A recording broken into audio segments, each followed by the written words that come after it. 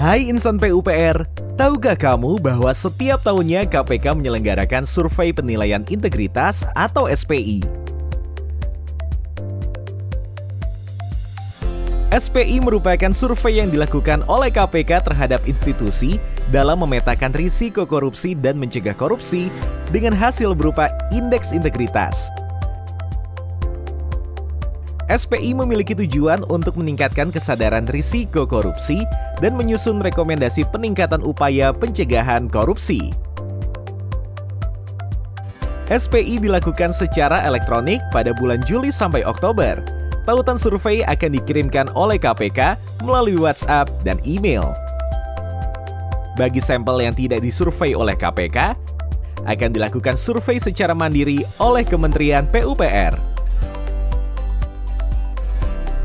Responden SPI terdiri dari 3 kategori yakni responden internal, responden eksternal, dan responden expert.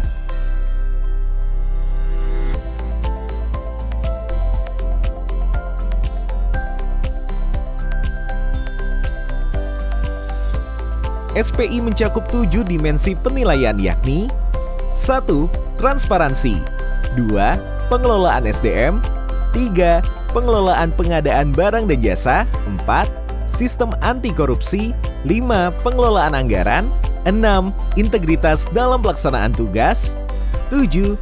Trading in influence atau intervensi dalam pengambilan keputusan. Tahun 2021, Kementerian PUPR memperoleh indeks integritas sebesar 82,64, berada di atas rata-rata nasional. Ayo insan PUPR, ayo berpartisipasi dalam SPI tahun ini ya.